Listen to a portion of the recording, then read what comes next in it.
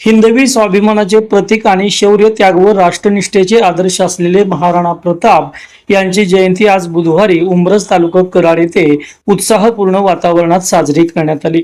बाजारपेठेतील छत्रपती शिवाजी महाराज यांच्या पुतळ्यासमोर महाराणा प्रताप यांच्या प्रतिमेस पुष्पहार अर्पण करून अभिवादन करण्यात आले। यावेळी घोषणाबाजी, फटाक्यांची आतिषबाजी करण्यात आली। जयंतीनिमित्त उंब्रज येथील राजपूत बांधवांच्या वतीने सामाजिक बांधिलकी जपत विद्यार्थ्यांच्या शैक्षणिक प्रगतीस हातभार लावण्याचा स्तुत्य उपक्रम यावेळी राबवण्यात आला। या कार्यक्रमात सह्याद्री सहकारी साखर कारखान्याचे संचालक जयंत जाधव, माजी जिल्हा परिषद सदस्य संपतराव जाधव, हमीरराव पाटील, डी.बी. जाधव, माजी उपसरपंच सुरेशराव साळुंके, सुधाकर जाधव, राजीव रावळ, उत्तम कांबळे, नंदकुमार जाधव, विलास नांगरे, बापू माळी, सरदार सिंग हजारे, नंदू हजारे, रवींद्र हजारे, करण हजारे, कृणाल हजारे, दीपक हजारे, धर्मेंद्र हजारे, योगेश पोळ, श्यामसिंग हजारे यांच्यासह ग्रामस्थ मोठ्या संख्येने उपस्थित होते।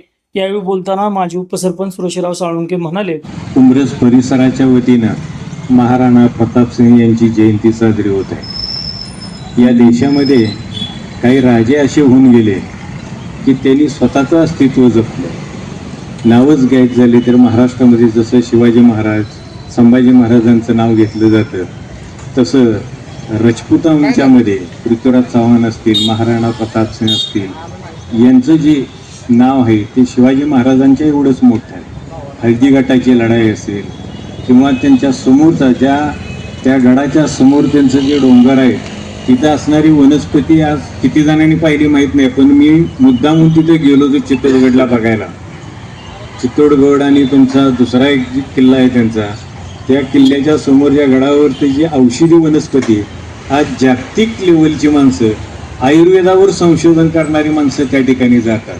ही जपण्याचं धाडस पूर्वांपार चालू आहे। मी आज 486 वर्षे झाली तरी ते जपण्याचं धाडस जे चालू आहे, खरं म्हणजे तिकडं सामाजिक दृष्ट्या बघण्याचा दृष्टिकोन बदलला पाहिजे किंवा बघितलं पाहिजे। आणि आज दुर्दैवानं आपण फक्त घोषणाच देतो, हे फार मोठं दुर्दैव आहे। त्यांनी त्या काळात जोपासलेलं रोग किती औषधी आहे याचं महत्त्व आज तिथे गेल्यानंतर पटतं, इथून बघून किंवा लांब उभं राहून आपल्याला कळणार नाही। म्हणजे सामाजिक न्यायाबरोबर सांस्कृतिक सामाजिक सलोखा त्या काळातही त्यांनी जपला, आजही त्या काळामध्ये जपलेला, त्या काळात जपलेलं हे आहे ते आजही जपलं जातं। म्हणून सगळ्या जगाचा दृष्टिकोन पृथ्वीराज चव्हाण आणि महाराणा प्रताप सिंह यांच्यावरती फोकस झालेला आहे।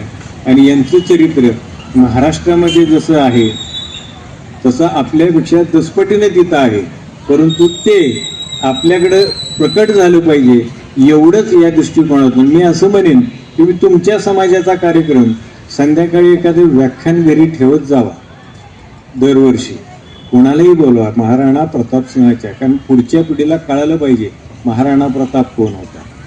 लक्षात आलं का? नुसते जयंती आज शिवाजी महाराजांची जयंती साजरी केली जाते, पण शिवाजी महाराज कोण होते, त्यांनी काय केलं हे घोषणा देणं आणि प्रत्यक्ष त्यांचं वागणं, बोलणं, चालणं, त्यांनी कशी लढाई, त्यांची मोहीम बघण्यासारखं आहे। त्यातले किती जणांनी बघितले माहीत नाही, पण मी बघितले। लक्षात आलं का? बघितल्यानंतर त्यांची उत्तुंग भरारी युद्धक्षेत्रातली किती होती ती बघायला मिळते। म्हणजे अशा काही गोष्टी आहेत, त्या गोष्टी आत्मसमर्पण केल्या पाहिजेत आणि त्या आत्मसात केल्यानंतर आपण समाजात कसं वागलं पाहिजे हा दृष्टिकोन, त्या काळातल्या राजाचा दृष्टिकोन आज आपल्याला किती उपयोगी पडतो याचे चिंतन करण्याची गरज आहे आजकाल। एवढंच मी या ठिकाणी सांगतो। आणि